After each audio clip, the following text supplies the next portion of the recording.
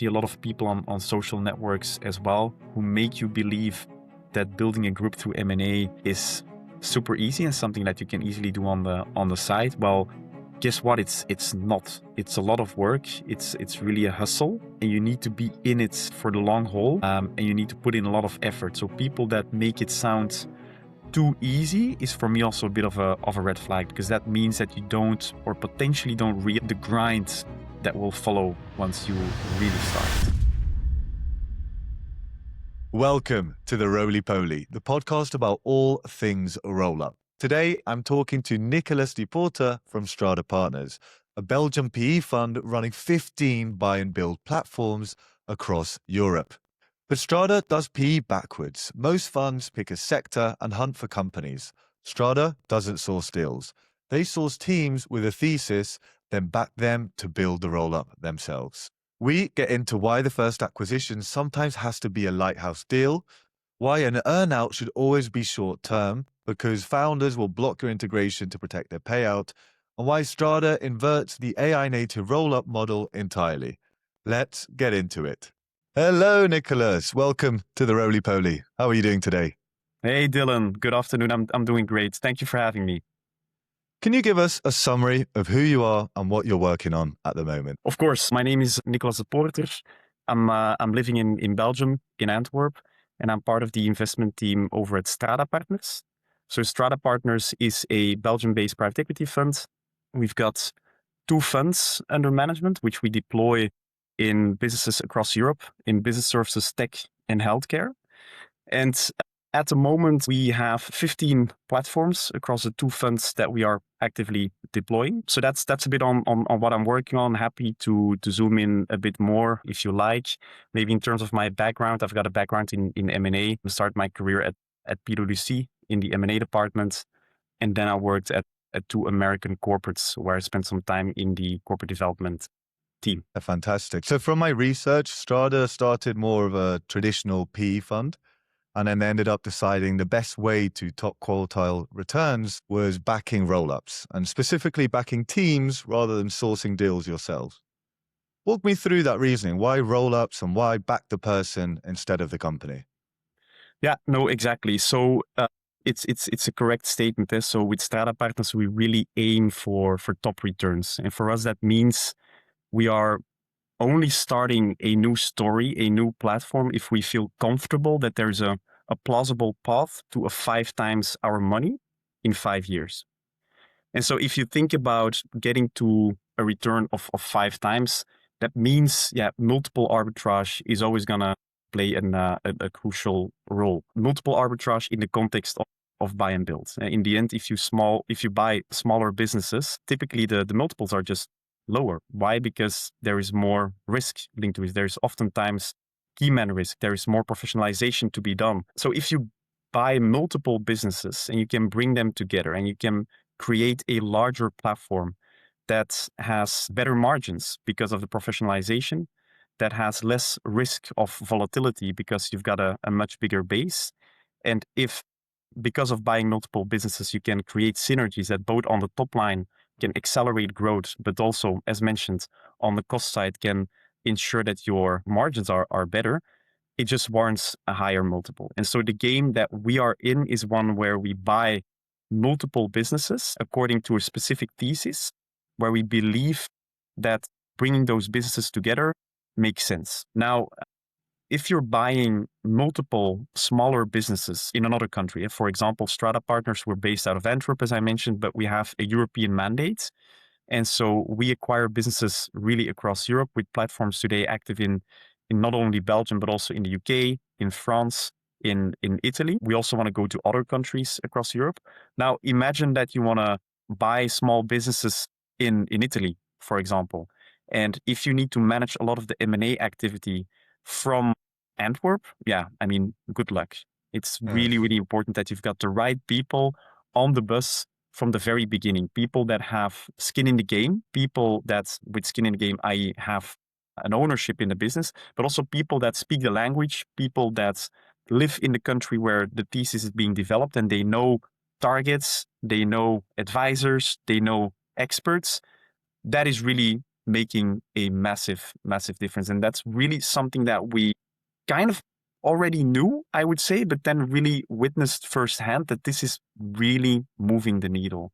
And so over time, if you look at how Strada evolved, we are more and more a believer of the team being the utmost important piece of the entire strategy. And so if you think of a typical private equity fund, you've got certain criteria. You want to buy businesses, for example, in tech in Europe, or you want to buy businesses in business services in the US, something like that. And then you start sourcing for actual businesses, for targets. And we flip it upside down. So if you look at the time me and a lot of my colleagues spend today, a lot of it is on sourcing teams and really speaking with teams that want to create platforms through buy and build across Europe, where we can support them in the execution of that from start to finish and really partner on that journey. Okay, fantastic. I have a couple of questions. You mentioned 5x return over 5 years, and that return comes from multiple arbitrage, but then you're also increasing margins by professionalization. One debate and one conversation I often have is levels of integration of these roll-ups. So obviously, the more you integrate, the more of a group, standardized group they are, the higher multiple typically on a platform, because there's lower risk at that stage. But there's a lot of high risk when you do these integrations that they go wrong. Do you have sort of a thesis at Strada of like what level of integration each group should have, or is that on a group by group basis? Yeah. So maybe to start, I fully agree, right? There is a very big spectrum in terms of integration possibility, going from literally no integration to full integration. And I think a lot of people or investors fall in the trap of not defining how much you want to integrate at the beginning. And we try to get a good understanding of the level of integration we want to get towards at which point. Obviously, it's very difficult to plan for that entirely at the start, but we try to get a good understanding. And again, also chipping in on what you just mentioned, no integration at all is actually a bit of the safe option, right? You just buy a bunch of comparable businesses. You don't do anything directly with it.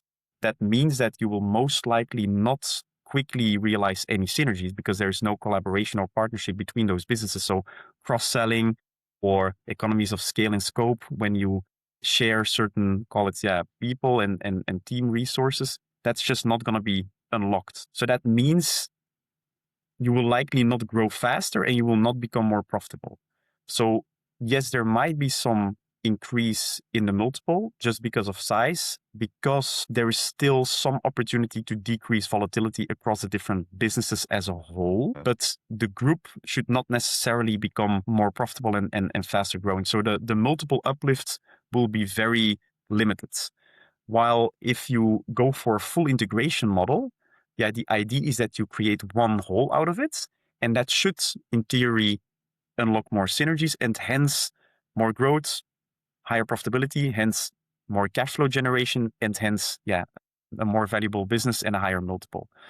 But going into an integration mode very quickly is just super dangerous. The key point to note there is culture. Lots of people, or if you go too fast in terms of integration, you just run the risk that people run away. So our view in that is we take a relatively light view at integration at the start. So we will never come in and buy multiple businesses and then on day one start integration processes. We deem that a bit too tricky and risky. But we will, from the very beginning and even before we start the thesis or the actual platform build out, we will think about what levels of integration do make sense at what point. And for example, the obvious ones are on the finance side. If you can hire a CFO or people that work in a reporting function that can help create more insightful reporting processes, a bit like what you're doing as well, right, Dylan, from a consultant point of view, having some people that can work on that to create more insightful reporting and decision-making opportunity is obviously very important and is something that can easily be done without being too disruptive, to just give you one example. And that's something that we do focus on. But long story short, we are relatively careful with integration. And on top of that, it does depend also on from a platform to platform and country to country and sector to sector perspective, how far you wanna go. So many variables, yeah. Because Yeah. when I was first going into this roll-up world, my thinking was you either decide from the beginning if you're going to do a high level of integration, a medium or low level of integration. Maybe you just want a house of brands. But from these conversations in the podcast and people I'm meeting, I'm learning actually what might make the most sense is different levels of integration at different stages.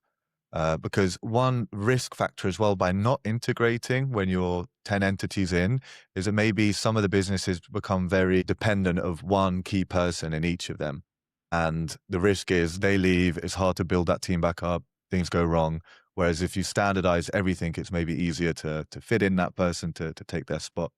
When it comes to the roll up wanting to exit, the multiple would be less if they haven't integrated, because then it would be the next person's job to integrate. But what you've just said as well is kind of what you can sell as part of that is there's a lot of opportunities when you integrate. So you kind of sell the dream in a way that like right now, this company is making this much EBITDA, this group is making this much EBITDA. Imagine once you've integrated them, the margin expansion that could come from that. Is that where you were going with what you were saying earlier? I think to some extent, yes, but I think the key reason to not go over into a full integration at once is mostly driven by the fact that it brings a lot of risk. I think that is the first point. If you're working on a roll up, I mean, you can have a theory on paper, you can have a strategy on what type of businesses you want to buy and where, but in the end, you never know upfront. You never know what you're gonna buy, when you're gonna buy it. There's always gonna be things crossing your path which can change your view on integration as well. So we are relatively careful with it, and we will select certain key areas that need integration. But for full integration, it's something that we would in any event only start considering when we are longer in the journey, so to speak. And then it will really depend from platform to platform. But what you say is definitely also true. If there is more integration opportunity left for the next person to be unlocked, that is indeed a lever of value creation that you leave on the table for that person. Yeah. Okay. Perfect. You mentioned how important having the right team is more than anything else.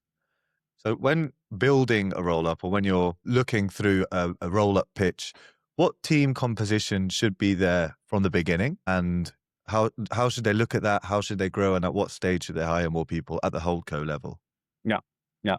So from like a founder or a partner perspective, in first instance, we really like duos. So people that come in a team of two. Why? Because building a group through buy and build is simply a lot of work. From the very beginning until the very end, you're going to be working on lots of different things at the same time. Initially, it's more on the M&A side, then it's on building out a team, then it's also on building out processes and workflows.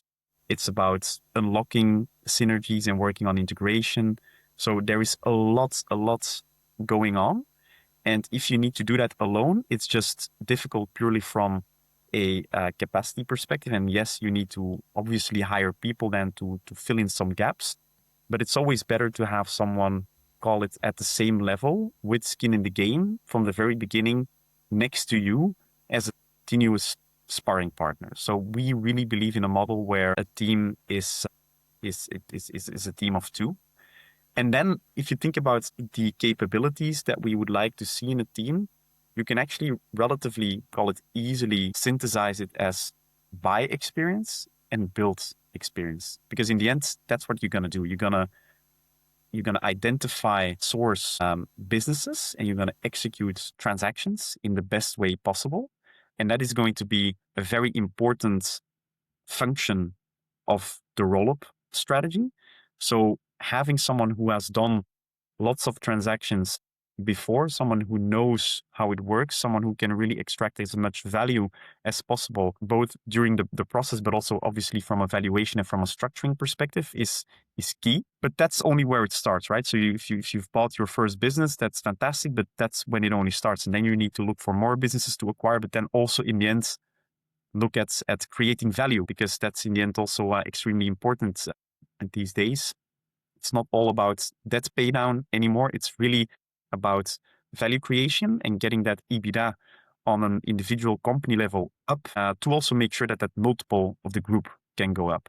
So build experience. What we like is people that have managed businesses before, people that bring some real operational managerial experience.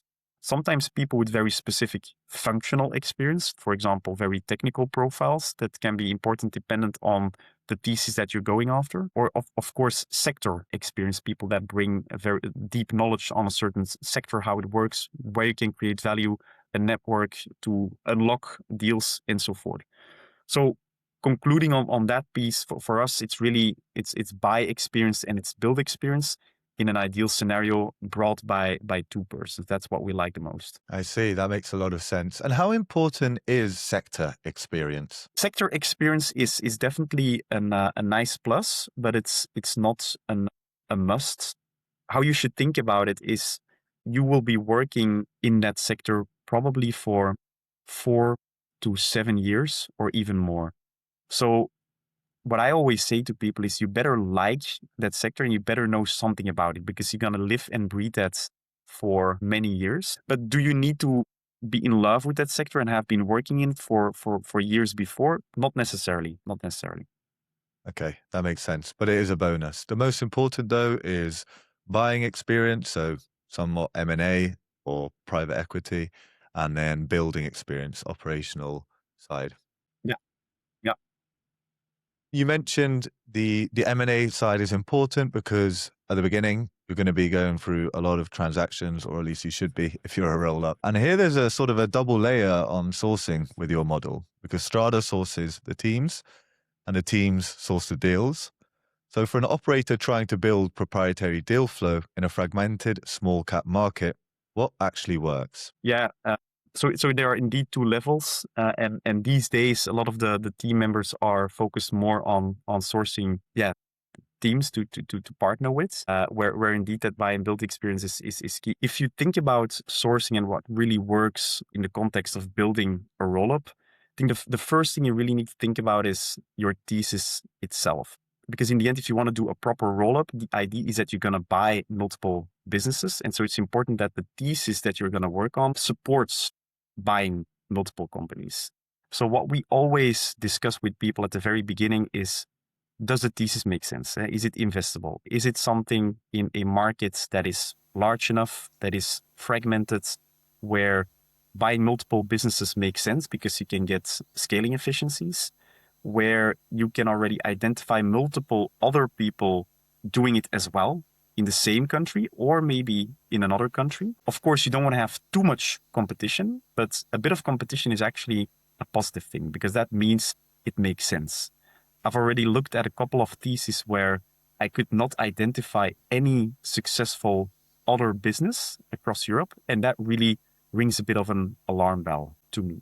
So in the end, it all starts with the thesis itself. Pressure test it. Do that by some quick desktop research, but most of all, really do it by speaking with insiders, with experts, with already some targets to gauge whether you can get some appetite and find enough companies that could meet the criteria. Now, if the thesis makes sense, and at the same time you've of course mapped out the universe of companies that meet your criteria, it's a matter of effectively outreaching to those companies.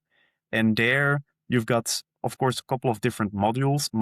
I think the first model or the first distinction to talk about is, do you want to go directly to targets, or do you want to speak with M&A advisors, with brokers? And I think there, the country that you're active in is oftentimes going to direct which direction you're going to go at the very beginning. So for example, in countries like the UK, a lot of markets are quite intermediated. So there are a lot of M&A advisors working on sell side mandates, and it's going to be difficult to go directly to a target and persuade them to sell to you. Obviously, you always need to try that, right? But if you're gonna ignore M&A advisors, you're definitely gonna miss out on lots of opportunities. So that's something to really get a good understanding of before you dive in. But my advice there, and what I also see the teams that we partner with do, is you always go both sides. So it's important to get a good understanding of what the market looks like and who the key players are, and map out all the potentially interesting targets. But at the same time, ensure that you can stay top of mind with M&A advisors active in the space as well, because it's a volume game, right? If you want to do a transaction in a certain space, you typically need to have 100 conversations to do, in the end, one acquisition, specifically when you just started out. So that volume game is a very important reflection. And the only way to resolve it is by going relatively broad. So my advice is always go direct, but also go to M&A advisors with emphasis on one of the two, depending on the sector and the country that you are active in. And then the other point that I would call out from a sourcing perspective is, in some sectors, the first acquisition is going to make a very big impact and is going to be very important, so to speak. And I'm going to give you an example here. One of the companies that we have in the portfolio is called Bloom, and which is actually now rebranded to Radiology Partners Europe. So it's a roll-up of private radiology clinics in Belgium. And as a team, when we were sourcing the first potential targets, it was not that easy. Why? Because we are a financial investor, and the people that we partnered with, to call it general managers with some M&A experience that they gained through a PE-backed buy and build before, they're no doctors. And so if you want to persuade a doctor, you better have a doctor in your team as well, because they will always look a bit suspicious to financial investors. So for us, it was very important that the first acquisition was going to be called Lighthouse transaction. So a deal that really sends a signal in the market, a signal that indicates, look, these guys are serious. They've bought a very good practice, one of the largest practices in Belgium. A lot of doctors in the end were persuaded actually to work with them. And that's going to open a lot of new doors. So that's what we call a Lighthouse transaction, which was very important in that particular setup. But in other setups, you might conclude that the typical acquisition target is just very comparable to one another. And then the strategy that we typically push for is carpet bombing, which basically means like you're going very broadly to lots of companies at the same time, just trying to convince as many as quickly as possible, where the first one is not necessarily going to move the needle. So we can go much broader in that scenario. First, in the other one, you can map out the entire market, but the first ones that you're going to reach out to and that you're going to try to persuade are very specific targets. By specific, you mean well-known in the industry. Exactly. That have brand awareness. Yeah, perfect. I mean, exactly. so much advice in there. I think a lot of the listeners will be aspiring roll-up operators. So I think there's a lot to take away from there. I have a couple of things I personally want to break down. On the competition side, this is something that I've been reflecting a lot on. If I'd ever choose to do a roll-up, is you don't want to go into something where there's no competition whatsoever, but there is a limited amount of deals. And the more people that are trying to buy those companies, of course, the more expensive those companies become. That's just how the market works. For example, right now, there's so many accounting roll-ups across Europe and the UK because they obviously want to do an AI roll-up play. How should someone think about that? When is it too much competition? Do you have any thoughts about that? Yeah, that's a very good question. And I think the answer is potentially quite simple from our perspective, although you need to gather the right facts, and the facts can change. And what I mean with that is, if you can identify the typical entry multiple of a business in scope, for example, businesses anywhere between 500K in EBITDA to 2 million euros in EBITDA, imagine that is your typical target.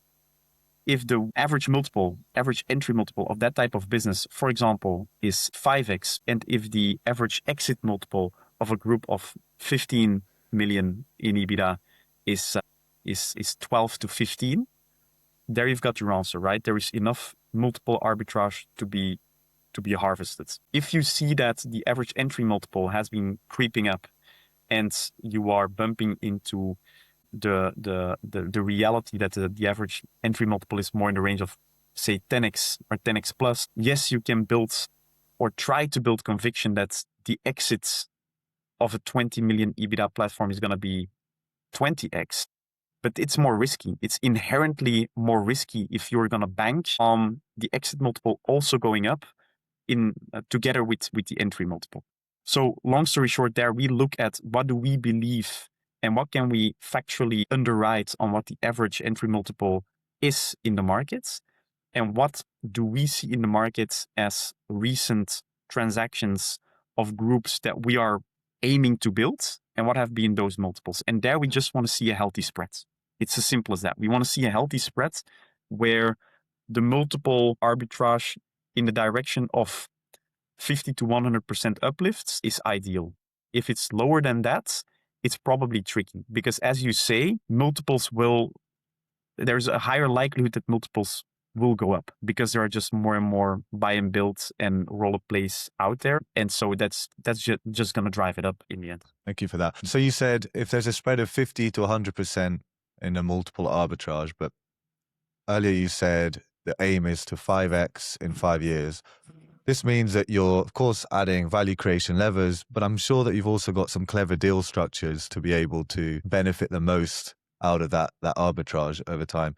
What are typical deal structures that you see? I think there, the structure is always comparable, but never the exact same. And obviously, as you can probably expect me saying, it depends from situation to situation. We typically want to have an optimized capital structure over time. So we will be looking to optimize debt, bank debt funding over time, where if we start a roll-up, the first couple of deals are typically fully equity funded. Why? Just to go first faster, and secondly, typically you can get better bank terms if you already have something more sizable. So we aim for somewhere in the range of, say, 2, 3 to 5, 6 million in EBITDA before we start optimizing the capital structure. But we will typically evolve to structures in the range of 2.5, 3 to 3.5 times EBITDA in debt, and then the remainder will be funded by equity, and a portion of that will be rollover equity from the founders. There, how much we want founders or sellers to roll over depends also on the role that they will be playing. If you're buying relatively small accounting firms or radiology practices or an HVAC business where the founder and seller is not only the CEO, but really like a key person on lots of fronts from a commercial point of view, from like a people point of view. Yeah, you want to have those people locked in, at least for some time, ideally a couple of years, which gives us some time to think about and work on transition periods. So if you look at the 15 businesses we have across the two funds at Strada Partners, we never have 100%. And it's typically somewhere in the 55 to, let's say, 70% range, where a lot of the equity is with other operationally active people in the group. Not other financial investors, but really people from the businesses, because we really believe that having a broad skin in the game is gonna benefit the full group. Now, aside of rollover, earnouts, and vendor loan structures are obviously also very, very interesting. A vendor loan just gives you the opportunity to decrease the overall equity, which is an instant return booster, simply put. And an earnout is an ideal mechanism to bridge certain valuation gaps. So imagine you're speaking with a seller, and that seller magically expects growth to accelerate and to double versus the last couple of years, because he's going to launch new type of service, or he's going to go to new markets, or he has a lot of new people that will come in the business and that will unlock such growth. Look, that's fantastic. And if that happens, we're happy to pay for it. But there is a very distinct change in the performance of the business if you're going to double growth. So then we would like to see it first before we pay for it. So an earnout mechanism is something that we often see, but specifically when there is a slightly different belief on how the business is going to perform in the short run. And I say short run because earnouts, in my experience, are something that you typically structure in the short run because it's a potential source for discussion if you do not agree on how it is exactly going to work. The further it is in the future, the more things can change, the more option for discussion in the end. So yes, we see earnouts quite a bit, but if we do, it's typically shorter term than longer term. Yeah, I've heard the problem so from other people's experiences, the problem when you do an earnout and you have a higher level of integration, maybe whether it's at least a back office or back office and front of house, is that the founders will then blame any changes that might hurt their earnout, meaning that they will they'll get in the way, they'll become a blockade for any integration efforts you have, because they'll say, well, if we change this, then I'll no longer be making these margins, and then I'll be potentially missing out on my earnouts. So I'm glad that you said that part at the end, that these earnouts should be short term, not a 2-year, 3-year span, because you don't know what you might want to change at that point, and they're going to blame you for not getting the earnout. Is that right? Yeah. No, that's exactly right. That's exactly right. But indeed, what you just say are exactly the reasons why you need to watch out with an earnout, and why an earnout linked to profitability levels or an EBITDA is oftentimes dangerous. Because imagine that we are buying a business and we say that that EBITDA needs to grow by 15%. But then within the first couple of months, we hire 2 super expensive new executives that need to help grow the business. Yeah, that's going to have an instant impact on EBITDA, of course, even though the goal might be to, over the longer term, grow EBITDA. In the short term, it might have a cost and hence profitability impact. So that's also a reason why you need to think carefully about what you link your earnout to. Is it better to do it to EBITDA, link it to EBITDA, or is it maybe better to link it to revenue or to a certain gross margin level? That also depends a bit on the sector you're looking at and the individual situation. Yeah, fantastic. So another thing that I think some aspiring roll-ups might want me to ask is, when a team comes to pitch you, what are the green flags that make you lean in and the red flags that make you pass? Basically, what should an operator never say to an investor? Yeah. So I think when I have the first conversation with operators and aspiring entrepreneurs, is a discussion about themselves. So the team, the thesis that they are working on, or the multiple theses that they're thinking about, the traction that they have, and potentially already the first targets that they are speaking with. So if I go through those one by one, from a team perspective, going back to what I said earlier, like a team of 2, buy and build experience, full time, those are things that I would like to hear. If someone comes to us and they are still working at another business, obviously that is going to complicate stuff. And that also means that there is not 100% commitment to the journey that they want to start with us. So those are things I would say from a team perspective. From a thesis perspective, what I like to hear there is clear indications of a reflection process. So they know what thesis they want to go after, why they want to go after it, and then also facts on what they have done so far to validate those statements. So if a strong team comes up with a thesis that kind of makes sense, but they came up with it, so to speak, last week, yeah, it's a bit too early to engage in detail. We like real go-getters that have been validating their thesis for a couple of months. They can show that they've spoken with targets, with advisors, with experts. They can indicate traction by showing their, call it, pipeline with the people that they have reached out to, and how that trickles out or trickles down to potentially non-binding offers they already submitted. So that very active traction is something that we really like to see. And if someone comes over to me and basically asks me hey, what do you think is a very interesting thesis, or what should we think about and why? That's a bit of a red flag, because it means that, yeah, obviously they are not that far yet and haven't done that much work yet. So I think to conclude there on what we don't like to hear is, from a people perspective, yeah, people that are not full time yet. From a thesis perspective, people that don't have a very good view yet on the thesis they want to go after.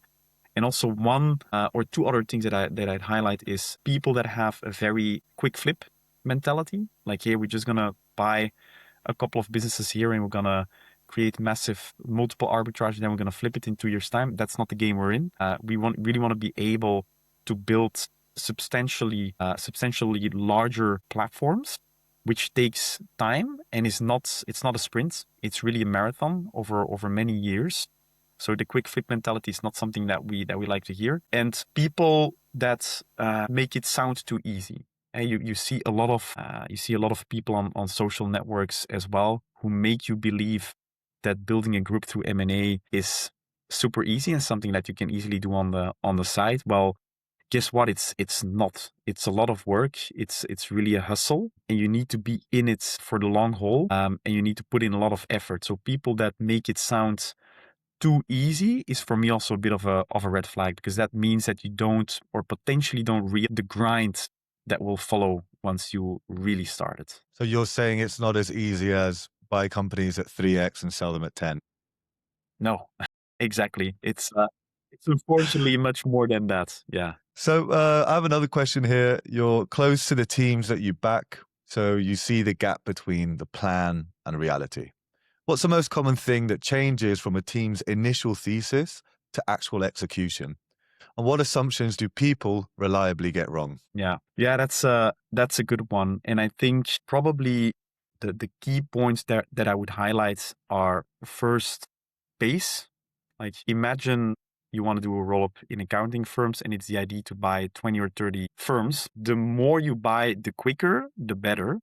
But in the end, it's oftentimes at the beginning much more easy. It just takes time to build that M&A engine and make sure that it is continuously humming, so to speak, and that you really have the playbooks worked out to do lots of transactions at pace. And so oftentimes I think people might overestimate the pace and the number of deals they can digest and execute on in the beginning. And so what you would often see is, yes, if you want to buy 10 acquisitions, if the team is right and the thesis is there and the targets are there, yes, you will hopefully be able to do it. But it's not going to be a linear game. You're probably going to do one at the start, and then it's going to take you more than 6 months to do the second one. But then the time from one deal to another is slowly going to decrease, and you're going to be able to do transactions faster and better. But you need to keep in mind that learning loop, I would say. Secondly, probably on the synergy level, lots of people believe that both on the revenue and the cost side, synergy unlock is key and very feasible. And yes, I've mentioned it myself as well. It's something that we aim for and something that the teams typically work on hard, and something that should be feasible over time. But there as well, it really takes time. And it's oftentimes more a J curve, where initially instead of margin expansion, it's really the other way around.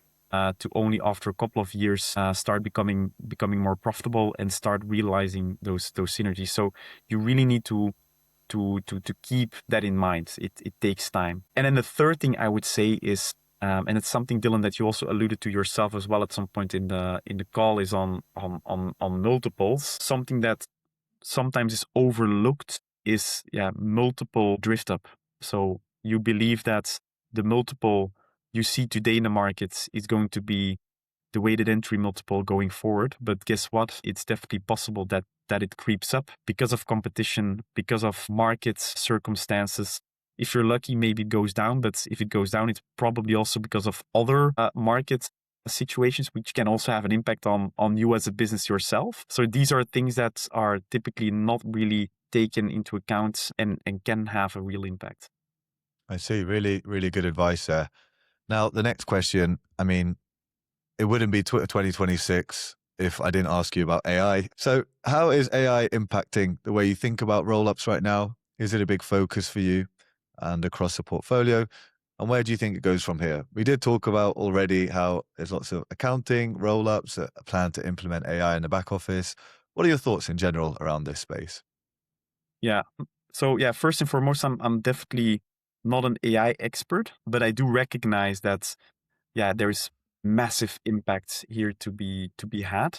And you can actually already see it today. At least I can really see it in my day to day, the impact that AI has on my personal efficiency. And so I really believe that we're entering in a completely transformational new era where things are only going to change faster and faster over time. But how I think about AI, I typically bucket it into two different segments. The first segment I would define as one where AI is really rewriting the core business model of a business.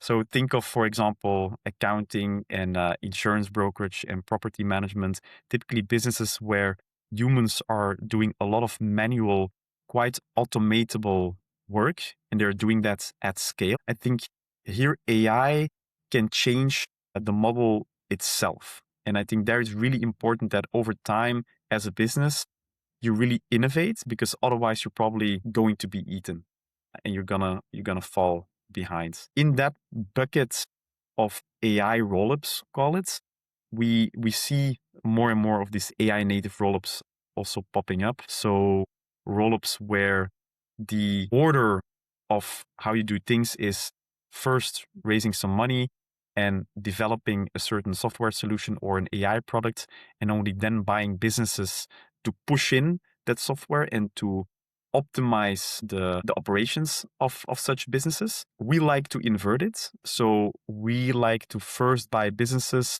really getting to know the businesses and the markets in depth and at scale to understand where the real opportunity sits. And then from that point, either build software / AI solutions ourselves, or more often actually find and buy other solutions that we can deploy. I mean, in the end, we as Strada Partners, we are no techies, so to speak, and the typical people that we partner with are no techies either. There's likely people that have more technical capability to build the perfect solution outside of our group, and then we just insource that product. But I think the conclusion there is we are, or AI is very much front and center, even in the businesses where we believe the core business model is not going to be impacted. And that actually brings me to the second bucket. So call it businesses where the core model is most likely going to be untouched, at least in the short run. Think, for example, of an HVAC rollup. I mean, in the end, AI is not going to install an HVAC unit in a commercial building, for example. AI can do there is obviously sales, planning, HR, finance. It can help in many of the back office functions. And I think there actually the opportunity is massive because these businesses are typically, if I can call it like that, a bit less tech savvy. And they are just focused on doing well what they're doing, which in that case would be ensuring that the best possible HVAC solution is being installed at their clients. But if you can then help streamline the business processes and then improve the margins because you maybe need less people to make it happen, yeah, that can have a very positive impact. Yeah, I see what you're saying. And what about on the inverse, companies that are likely to be disrupted a lot by AI? Have you stopped looking at acquiring those type of companies, or is there now an opportunity to buy them at a lower multiple and automate them? What are your thoughts Yeah. in that regard? Yeah, we're definitely not in stepping out of those segments. So for example, in France, we've got an accounting rollup called Numeris. In Italy, we've got an insurance brokerage rollup called Insera. In both cases, we are very much aware of the fact that these spaces might and actually probably will change significantly in the near future because of AI impact and implementation opportunity. So there, we just need to be at the forefront. And so we have hired technical people that can support in figuring out how to best lead with AI in those respective segments.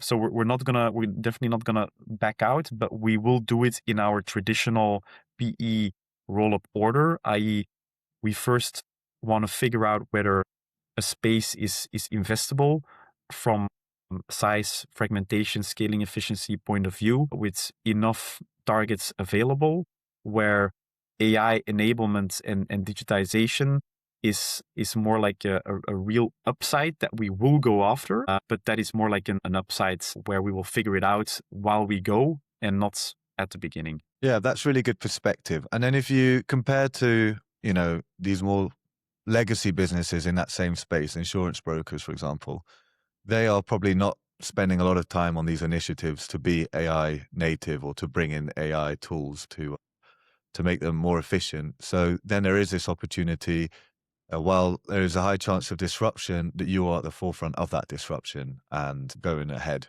So what's the biggest mistakes you've seen or made when it comes to integrating acquired businesses? Yeah, from an integration point of view, personally, I don't have like a very good live war story of my own yet. And I would mostly defer back to what we discussed earlier on in the call, i.e., that it's very important that you take a view on how much you want to integrate and that you don't leave it in the middle, that you have a strategy on what to integrate when, notably, and that you don't wait until the last year before a potential exit to start thinking about certain levels of integration. So I think that would probably be my my key advice on that one. Thank you. And the next one is, what's a popular opinion in the roll-up or PE world that you think is wrong? Yeah, so here I think lots of people have the opinion that purely the size of a business determines the multiple, and so you buy at 4x and then you sell at 10x and you create lots of value.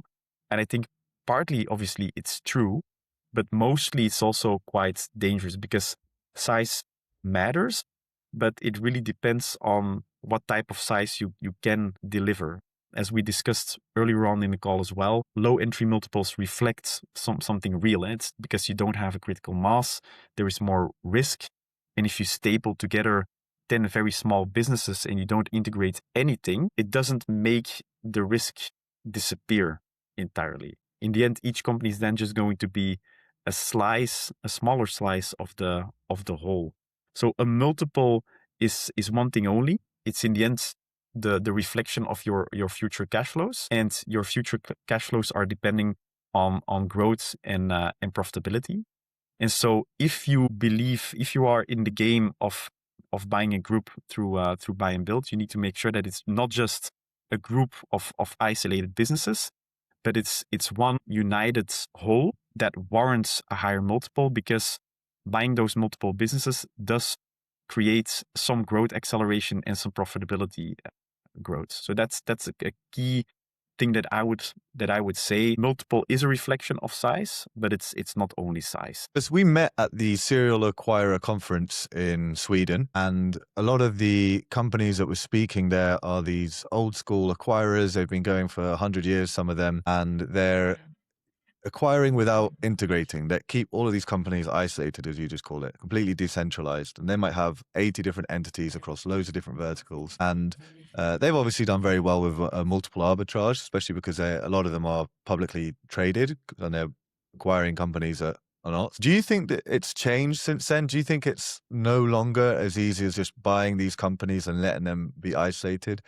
In a modern world, do we need to find value creation levers outside of that? Yeah, I think while you were saying that, Dylan, what the first thing that for me popped up in my mind is, what brings you here won't bring you there. I do think that in the era that we are now exiting, in terms of less competition and low interest rates and an abundance of debt available, where you have the opportunity to buy businesses at scale at relatively low multiples and then generates an overarching scale because of that, resulting in higher multiples. That era is coming to an end. And again, I don't want to say that it's entirely over, so to speak, right? So there's obviously there is a correlation between size and multiples, but I think it's going to be more difficult going forward versus what we've seen over the last 10 and 20 years. Yes. Okay.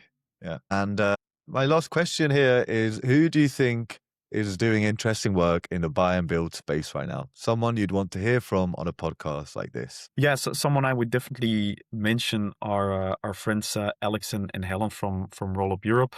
I think they've been doing a tremendously good job in creating a network and awareness in the rollup space across Europe, and actually probably broader than that. We've been following them now for more than 3 years from the very beginning, and I think it's been literally delightful to read the newsletters, but at the same time also being present at the events that they organize, and now also the bootcamp that they are organizing, where people that are aspiring roller builders can get together, can learn from each other, but also in a structured way get taught by people in the investment space like Strada as well. So we are actually also a partner of that, and we are supporting in the delivery of a couple of virtual learning sessions on different topics. But Alex and Helen have been in the space now for quite a while, and I'm sure they would be a very interesting guest to the podcast as well. I 100% agree. A lot of my learnings in this space I attribute to Roll Up Europe. It's a great resource. Nicholas, thank you so much for coming on. I think this has been an advice-packed episode. There's so many takeaways here, so I really appreciate it. Thank you, Nicholas. With pleasure. Thanks a lot, Dylan.